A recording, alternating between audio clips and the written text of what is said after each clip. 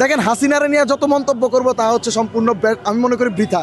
হাসিনার মুখ ছিল একটা ডাস্টবিন, যখনই এই মুখটা খুলতো তখনই মনে হতো একটা দুর্গন্ধ বেরোইতেছে। ঠিক আছে, তো হাসিনার কথা কারণের মতো কিছু নাই।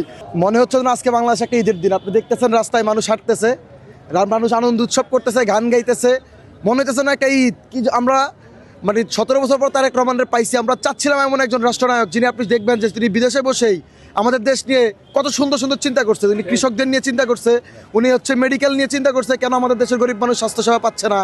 উনি আরও কত কিছু চিন্তা করছে সেই এত দূরে থেকে এই দেশের মানুষের জন্য। উনি যখন এই দেশে বসে এই দেশের মানুষের জন্য চিন্তা করবেন, তাহলে এটা বুঝতে হবে যে আমাদের দেশে একটা আমূল পরিবর্তন আসছে।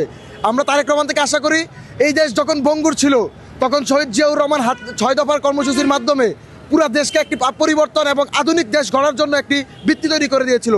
আর তারেক রহমান এখন ওই 6 দফার উপর ভিত্তি করে 31 দফা দিয়ে এই বাংলাদেশকে একটি স্বনির্ভর উন্নয়নশীল রাষ্ট্র হিসেবে গড়ে তুলবে আমরা আশা করি।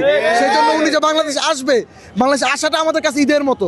ওনাকে যে আমরা কাছে পাচ্ছি এটা আমাদের জন্য গর্বের। দীর্ঘ 17 বছর উনি এই আমূল পরিবর্তন আনবেন বলেই, ওনার এত ক্রেজ বলেই, মানুষ ওনাকে এইভাবে চাচ্ছে বলেই খুনি হাসিনা ভয়ে ওনাকে এই দেশে আসতে দেয়নি এবং ওনার বক্তব্য মিডিয়ায় প্রচার করতে দেয়নি। 17 বছর ওনার বক্তব্য মিডিয়ায় প্রচার না হওয়ার পরেও ওনার যে জনপ্রিয়তা, উনি যদি 17 বছর কথা বলার সুযোগ পেত, আমার মনে হয় দেশের একজন মানুষ ওনার বিরুদ্ধে কথা বলতে পারত। দেখেন, হাসিনারে নিয়ে যত মন্তব্য করবো তা হচ্ছে সম্পূর্ণ আমি মনে করি বৃথা। হাসিনার মুখ ছিল একটা ডাস্টবিন, যখনই এই মুখটা খুলতো তখনই মনে হতো একটা দুর্গন্ধ বেরোইতেছে। ঠিক আছে, তো হাসিনার কথা কারণের মতো কিছু নাই।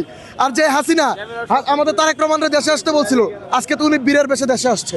আর উনি তো সেই হেলিকপ্টার যোগে ইন্ডিয়ায় পালিয়ে গেছিল। তো ওনার মতো মানুষ যে কিনা নিজের দলের নেতা কর্মীদের রেখে পালিয়ে যায়, তার মতো নেত্রী কি বললো না বললো এটা এই দেশের মানুষের কাছে তেমন কোনো ব্যাপার না। এই দেশের মানুষের কাছে আজকে একটাই ব্যাপার, তারেক রহমান আসছে বীরের বেশে।